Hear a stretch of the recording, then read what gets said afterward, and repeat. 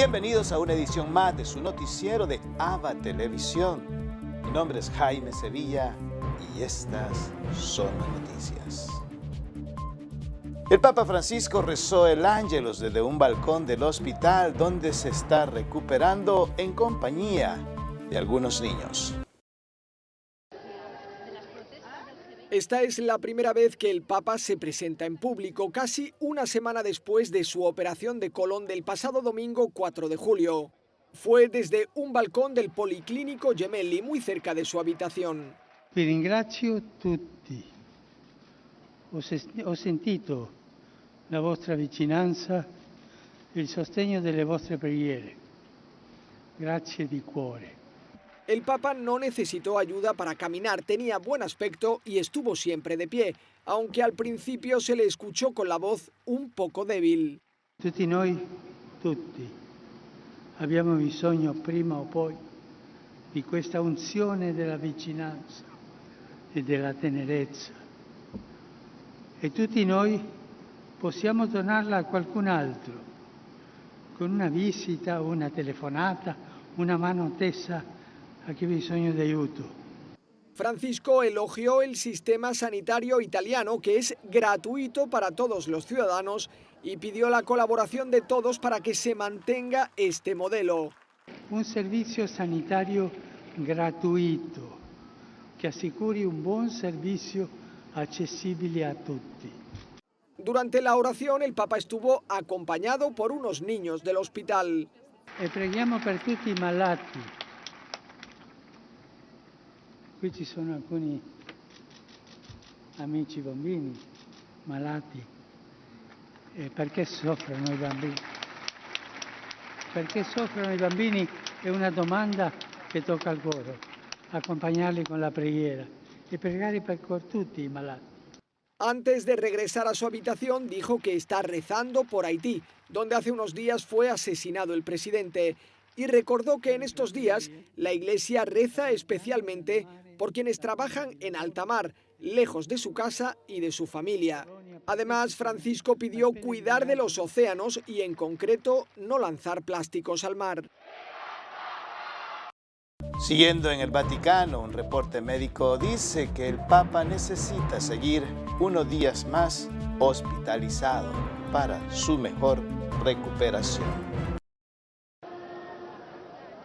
Francisco se quedará en el Hospital Gemelli de Roma más de lo esperado. Según el último comunicado del Vaticano, el Papa completó la recuperación posoperatoria, pero permanecerá en el hospital unos días más para optimizar su terapia médica y de rehabilitación.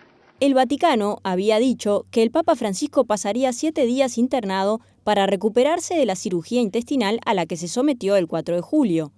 Ese plazo se cumplió este lunes y han tenido que prolongarlo. Este domingo, el Papa rezó el Ángelus desde un balcón del hospital y tenía buen aspecto. El Vaticano indicó que después del Ángelus, Francisco saludó a los pacientes del hospital y al personal médico, y por la tarde celebró misa en una capilla privada. También se alegró por las victorias de las selecciones de Argentina e Italia en el fútbol y dedicó unas palabras a la importancia de los deportes, destacando cómo pueden enseñar a las personas a enfrentar los desafíos de la vida, pelear sin rendirse, con esperanza y confianza. Presentan al Papa película sobre el fundador de los salesianos, orden a la que pertenece nuestro amigo el Padre Manuel Rodríguez.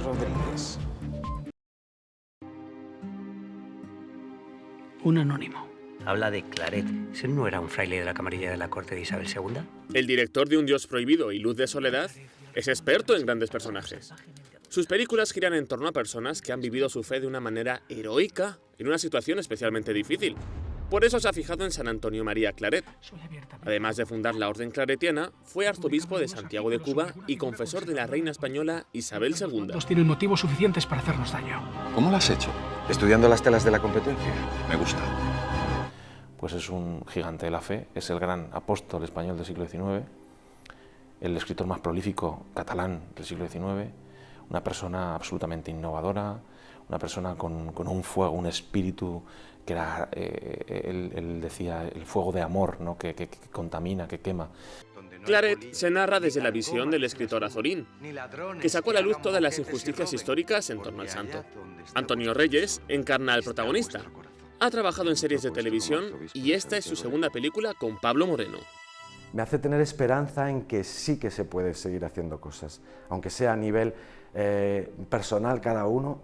Creo que nos vemos en la obligación de seguir apostando por el bien, ¿no? Y por el amor. Y creo que las cosas hay que hacerlas con amor, y creo que lo que es injusto hay que decir que es injusto, y si no está bien hay que decir que no es el camino. La pandemia les obligó a retrasar el estreno, pensado para el 150 aniversario de la muerte del santo. Ahora han podido presentarla en Roma y darle al Papa la primera copia. Entonces, no me queda otra opción. Nos ha hecho a todos mucha ilusión, fue un momento muy emocionante. Y como todo está tan cerquita en este nuevo formato de audiencia, pues es más íntimo. Es verdad que es una pena lo de la pandemia, pero sentimos muy cerca del Papa y eso también estuvo muy bien. La cinta se estrena en España en septiembre y más adelante en América Latina. Confían en que acerque la verdadera y enorme figura del padre Claret a millones de personas en todo el mundo. Estoy enamorada. Y ahora quiero invitarles a que compartan conmigo una reflexión del Evangelio del día. En el Evangelio de hoy, tomado del capítulo 10 de San Mateo, tenemos esas frases de Jesús que parecen controversiales. No crean que he venido a traer paz a este mundo. He venido a traer discordias, guerras, porque de hoy en adelante estará el padre contra el hijo contra el padre y la hija contra la madre, la suegra contra la nuera y la nuera contra la suegra.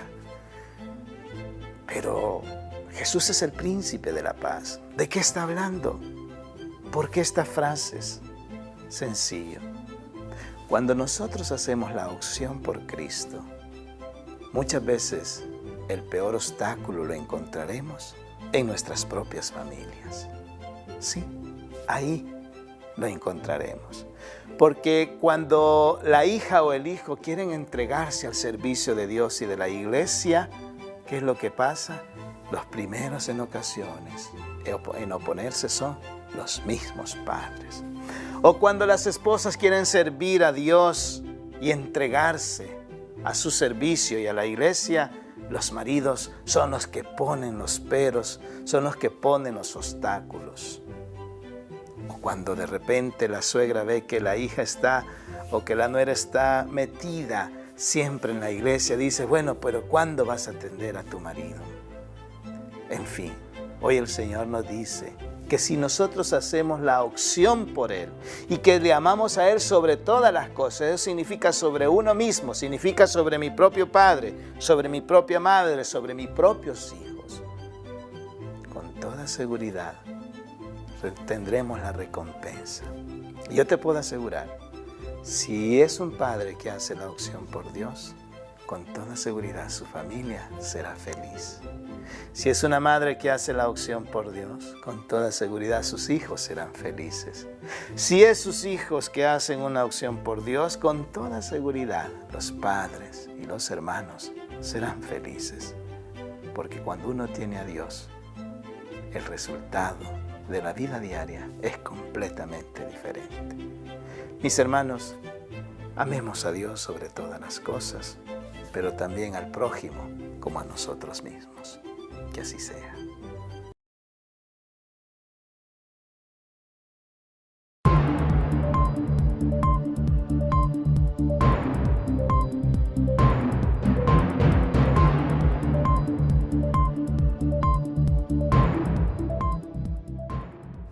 Capturan al escuadrón del asesinato del presidente de Haití. Un escuadrón de asalto de 26 miembros compuesto por estadounidenses y colombianos asesinó al presidente Jovenel Moïse, dijo la policía haitiana. Agregó que 8 permanecen prófugos mientras Haití se hunde en un caos político sin precedente, sin parlamento activo y con 2 hombres que afirman estar a cargo como primer ministro. Entre el grupo expuesto a los medios de comunicación desde la capital haitiana hay 15 colombianos y 2 haitiano-estadounidenses, presuntamente ex guardaespaldas de la embajada canadiense en esa capital. La policía confirmó también haber dado de baja a 3 sospechosos más. Hoy presentamos a la población a estos asesinos. Eran 26, capturamos a 17, entre ellos 15 colombianos. Los identificamos con sus pasaportes colombianos. Hay 2 haitiano-americanos entre los capturados. El gobierno de Taiwán confirmó que 11 de los sospechosos fueron arrestados en los terrenos de su embajada luego de que la seguridad descubriera que un grupo de hombres armados había irrumpido en el patio de la propiedad que había sido cerrada por razones de seguridad después del asesinato del presidente Moïse. Mientras tanto, el gobierno estadounidense afirma hacer seguimiento a los últimos acontecimientos en Haití. Estamos definitivamente al tanto del arresto de los ciudadanos estadounidenses en Haití y continuamos monitoreando de cerca la situación. Naciones Unidas asegura también estar en contacto con los líderes haitianos y subrayan la urgencia de llegar a un compromiso político para trazar el camino a seguir en Haití. Vamos a Estados Unidos, donde les presentamos los últimos detalles sobre la vacunación, las cepas y qué es lo que esperamos en un futuro próximo. Las mutaciones del COVID-19 se multiplican a gran velocidad. Las variantes alfa, lambda y delta están al acecho, le dijo a La Voz de América el doctor L.J. Tan, integrante de la Coalición de Acción de Inmunización. Sin embargo, esperan que las vacunas continúen siendo efectivas ante las distintas cepas. ¿Qué tan buena será la efectividad? Dependerá del individuo. Algunos pacientes pueden generar una respuesta predominante contra una parte de la proteína espiga y no será tan eficaz. Y algunos pacientes cubrirán la totalidad de esa proteína y serán tan efectivos como esperamos, un 95%. La transmisión del COVID-19 es un recordatorio que aunque las personas estén vacunadas, es fundamental no descartar los cuidados básicos, afirmó Vicky Pérez, directora de cuidados intensivos del Hospital Jackson Memorial. Tienen que ponerse mascarilla, lavarse las manos, no estar pegados. Si van a ver a familiares, necesitan ponerse máscara. Ante la propagación de las variantes, la farmacéutica Pfizer anunció que buscará la autorización de la Administración de Drogas y Alimentos de Estados Unidos para aplicar una tercera dosis de la vacuna contra el COVID-19, ya que de acuerdo al laboratorio, un refuerzo podría aumentar la inmunidad en contra de las variantes. No obstante, dicha agencia, junto a los Centros para el Control y la Prevención de Enfermedades, informaron que en este momento quienes estén inmunizados no necesitan una vacuna de refuerzo. Alonso Castillo, Voz de América, Miami. Vamos a El Salvador. El exministro de Salud es absuelto del delito que se le imputaba. Al exministro de Salud Guillermo Massa lo acusaban de negociaciones ilícitas en la reconstrucción del Hospital San Pedro de Usulután y Santa Gertrudis de San Vicente, pero logró comprobar su inocencia ante el Tribunal Tercero de Sentencia de San Salvador. Me siento, por supuesto, feliz en primer lugar. Y en segundo lugar, pues muy complacido porque la justicia ha funcionado. Yo cuando me preguntaban antes de la audiencia qué es lo que esperaba, yo les decía, yo lo que espero es que sea un juicio justo. Porque creo que todos los que somos imputados por alguna cosa, es lo que esperamos, pero no esperamos ni favores ni nada, sino que justicia, y creo que es lo que se ha hecho ahorita. Tristemente, en este proceso no se juzgó a las personas que correspondía juzgar. Ha quedado demostrado nuevamente la inocencia del doctor. Confiamos en el sistema, confiamos en esta nueva fiscalía, que como el señor fiscal general dijo, si hay necesidad de apelar, se apela. Eso se entiende si hay un mérito. Si no hay necesidad, no se apela. Quiere decir que no hay mérito. Durante el fallo, una de las juezas del caso señaló que la Fiscalía realizó doble persecución contra Massa. No obstante, la representación fiscal descartó tales señalamientos. Fiscalía en ningún momento acreditó hechos del cambio o sitio de la obra. Él estaba siendo acusado en esta vista pública por haber realizado un acuerdo conciliatorio con CPK, con Gerardo Enrique Osegueda Giné, avalado por el conciliador. Esa era la imputación que tanto en la acusación fiscal como a lo largo de la vista pública, Fiscalía siempre acreditó. Pero en este caso, 2 personas fueron enviadas a prisión.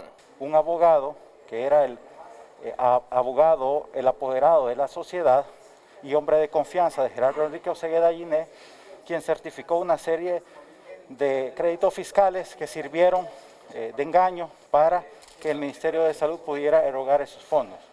Y otra persona que era un ingeniero que participó en la obra. Las 8 personas más que estaban involucradas en el proceso también fueron absueltas.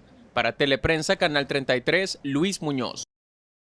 Ahora nos trasladamos a Latinoamérica. Nos recibe el padre Manuel Rodríguez Rodríguez, misionero claretiano de nuestra cadena hermana JN19 Televisión en el Perú, quien nos ha preparado un reportaje especial sobre lo que acontece en ese país. Reporta para la cadena de televisión ABA y JN19 del Perú el padre Manuel Rodríguez Rodríguez, misionero claretiano. El centro principal ha sido el Papa. Como todos estos días, el pueblo peruano ama mucho al Papa. Cuando vino el Papa aquí, se desbordó la gente de gozo y de alegría. Por eso seguimos orando, tanto en las misas como en grupos y comunidades. El Papa, dentro de su estabilidad, se va reponiendo y ayer, domingo, celebró el Ángelus desde la planta 9ª del Hospital Gemelli. Y en ese Ángelus también pues, expresó primero su preocupación por Haití, por ese asesinato y esa especie de lucha que está habiendo allá. Agradeció mucho el afecto de tanta gente que manda allí mensajes y agradeció a los médicos por lo bien que lo están cuidando. Y comentando el Evangelio, como los apóstoles ungían, dice, la unción la necesitamos todos. ¿Y cuál es la unción primera? La unción del amor, la cercanía al enfermo. Esa es una unción del Espíritu, es movido por el Espíritu Santo y está al alcance de todos. Saben que les extirparon parte del colon, pero se va reponiendo bastante bien. Damos gracias a Dios. El Congreso está tratando, entre otras cosas, lo que se llama la ley alimentaria, porque es necesario que la gente se alimente bien. En Lima hay más de 2.000 ollas comunes, es un problema serio la alimentación, por eso lo están tratando y les felicito. Vargas Llosa, desde Madrid, ha dicho que el gobierno actual de Perú está favoreciendo o promoviendo a Pedro Castillo. El arzobispo de Lima, que ya celebró la misa este domingo en la catedral, regresó de Roma, contó algo de su experiencia con el Papa, dice que le acogió con una amabilidad impresionante, estuvo hora y media relatando los problemas del Perú, también las alegrías. El Papa felicitó porque en medio de la pandemia se sigue trabajando apostólicamente. Ayer hubo también un pequeño sismo con 4 grados en Ucayali, Pucallpa. 614.000 dosis de Sinopharm han llegado y se esperan como 3 millones en estos próximos días. El vacunatón fue todo un éxito. Más de 220.000 personas fueron vacunadas. En algunos lugares había personas antivacuna para desanimar a la gente, lo cual pues entorpeció un poquito, no mucho. Y en otras hubo cantantes famosos para alegrar a la gente. Fue en Barranco. Queremos también pues resaltar pues cómo se han esforzado muchísimo enfermeros, enfermeras, todo un organismo estupendo, y esto se va a repetir también. Por ahora estamos ya vacunados con las 2 dosis, 3.630.269 personas. Reportó el padre Manuel Rodríguez Rodríguez, misionero claretiano.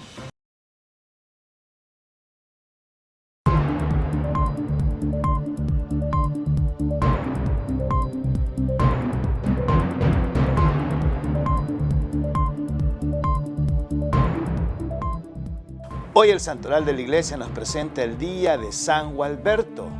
Conozcamos un poco más de su historia. Decidido a atajar la simonía, cáncer que carcomía a la Iglesia porque los cargos y privilegios eclesiásticos se vendían al mejor postor, y así a las diócesis, monasterios y parroquias más prósperas las regentaban inescrupulosos prelados, abades y clérigos que las exprimían por cuenta propia o estaban al servicio de los señores feudales, mientras los fieles abandonados se sumían en la indiferencia religiosa, San Juan Gualberto emprendió una enconada cruzada contra esos corruptos y predicaba en todas las poblaciones, les enrostraba su pecado. Y como si fuera San Juan Bautista enfrentando a Herodes, los instaba a arrepentirse y los conminaba a devolver los bienes y las dignidades usurpadas. Naturalmente que esta campaña desató contra él una feroz represalia de sus enemigos, que lo acechaban buscando la ocasión propicia para eliminarlo, y esa oportunidad se presentó cuando, luego de pronunciar una virulenta diatriba contra Pedro Mediabarba, obispo de Florencia, se fue a descansar al monasterio de Salvi, y a medianoche unos esbirros del prelado cuestionado irrumpieron en el convento, destrozaron la capilla y, buscándolo, abrieron la celda en la que se encontraba orando, y aunque pasaron junto a él, no pudieron verlo. Entonces hirieron a varios monjes y luego le prendieron fuego al edificio. A la mañana siguiente, San Juan Gualberto reanudó su ataque contra el obispo venal, y antes de terminar el día, Pedro Mediabarba fue depuesto y tuvo que huir de la ciudad. Juan Gualberto Bisdomini, nacido a finales del siglo X en Florencia, Italia, pertenecía a un rico y rudo clan florentino, y por eso su educación se limitó al manejo de las armas, pues su padre consideraba que, por ser su primogénito, debía prepararse para defender las ricas propiedades familiares, y su espíritu guerrero se afiló mucho más después de que Hugo, su único hermano, fuera asesinado. Desde ese momento el deseo de venganza se convirtió en una obsesión que lo indujo a una tenaz persecución del asesino, que produjo sus frutos el Viernes Santo del 1003, cuando se dirigía a la ciudad de Siena, y en un recodo del camino Juan Gualberto se encontró cara a cara con el homicida, que al no tener escapatoria se arrodilló y le rogó por su vida. Al verlo con los brazos abiertos en forma de cruz, Juan Gualberto recordó a Jesús crucificado. Entonces su ira se transformó en amor, y en un arranque de misericordia perdonó al criminal, lo levantó y, bañado en lágrimas, lo abrazó. Desde ese momento su vida cambió, y no tardó en tocar las puertas del monasterio de San Miniato, a donde llegó su padre con la intención de hacerlo desistir. Pero pudo más la férrea determinación de su hijo, que vistió el hábito benedictino y se sumergió en la oración, el ayuno, la mortificación corporal y la penitencia. Sin embargo, la paz no le duró mucho tiempo, porque tras la muerte de su abad, un clérigo llamado Huberto le compró ese cargo al obispo Atto de Florencia, y entonces Juan Gualberto los denunció públicamente por el delito de simonía, y con un compañero abandonó la abadía y se refugió entre los camaldulenses, mas como allí no se observaba la regla de San Benito, decidió radicarse en Valumbrosa, y dada su creciente fama de santidad, muy pronto fue seguido por entusiastas jóvenes que deseaban acogerse a su dirección espiritual. Entonces, la abadesa de las monjas de San Delero, dueñas de la propiedad, le cedió un terreno en el que en el 1036 construyó un pequeño y austero convento que fue la cuna de la naciente orden de Valumbrosa, en la que puso en práctica la santa regla de San Benito en su más pura expresión. El hecho de que eximiera a los monjes del trabajo extramuro, sin incluir la predicación, y aceptara a muchos voluntarios en calidad de hermanos legos que se encargarían de las labores manuales y de los asuntos seculares para permitir la dedicación absoluta de los profesos a la oración, a la penitencia y a la contemplación. Esto produjo un gran entusiasmo entre los jóvenes que pretendían abrazar la vida monástica.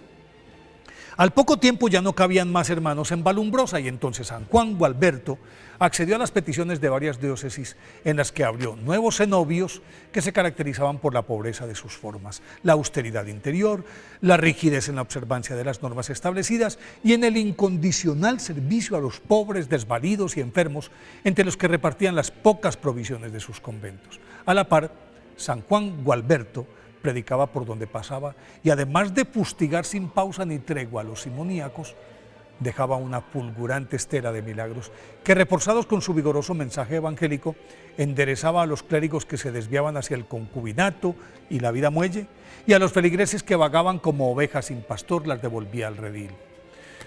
Con esa intrépida evangelización obtuvo la conversión de comarcas enteras y sumó enemigos a granel, pero no pudieron acabar con él. Pero lo que no lograron sus adversarios sí lo consiguió su tenaz laboriosidad, que lo fue minando paulatinamente.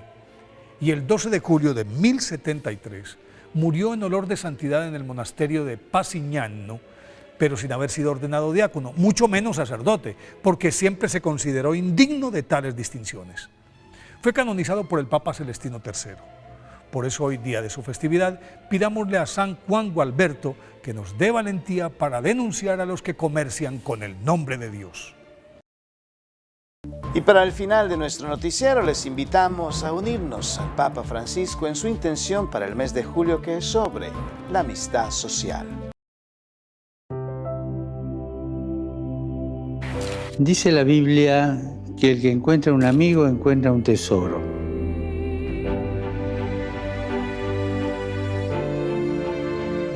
Me gustaría proponer a todos ir más allá de los grupos de amigos y construir la amistad social, tan necesaria para la buena convivencia.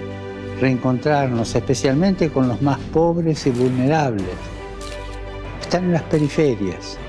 Alejarnos de los populismos que explotan la angustia del pueblo sin dar soluciones, proponiendo una mística que no resuelve nada. Huir de la enemistad social que solo destruye y salir de la polarización.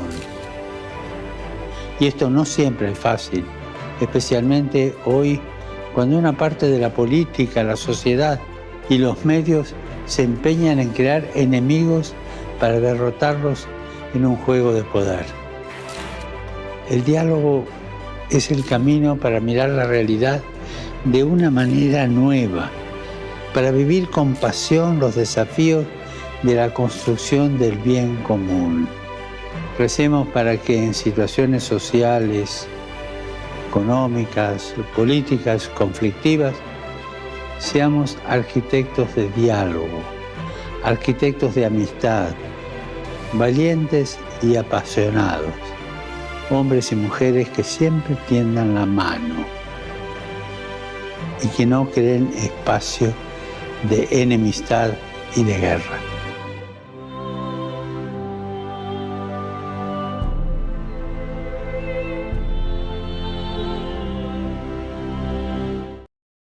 Y así llegamos al final de una edición más de su noticiero de ABA Televisión.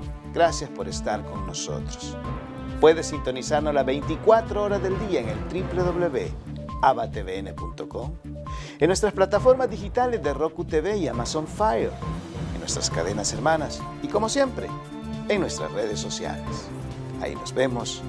Que Dios los bendiga.